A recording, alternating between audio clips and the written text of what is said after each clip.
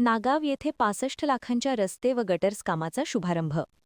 नागाव ता हातकणंगले येथे आमदार अशोकराव माने यांच्या निधीतून आरसीसी रस्ते व गटर्ससाठी मंजूर झालेल्या कामाचा शुभारंभ छत्रपती शिवाजी चौक नागाव या ठिकाणी करण्यात आला.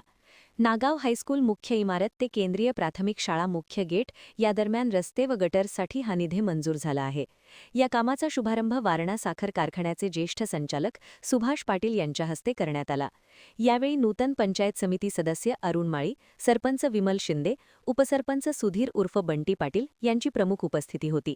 तसेच या कार्यक्रमप्रसंगी ग्रामपंचायत सदस्या संगीता माळी, शुभांगी पोवार, मोसमी कांबळे, अश्विनी पाटील, सुलोचना कांबळे, ग्रामपंचायत सदस्य अमित खांडेकर, अजित घाटगे, सागर गुडाळे, तंटामुक्ती अध्यक्ष भरत पाटील, उपाध्यक्ष संजय वडार, पाटील पॅनलचे पुरंदर शिरगावे, गणपती पोवार, संजय शिंदे, राजेंद्र गुडाळे, दिलीप पोवार, विकास आघाडीचे नेते किरण मिठारी, विजय पाटील, प्रकाश पोवार यांच्यासह ग्रामस्थ मोठ्या संख्येने उपस्थित होते.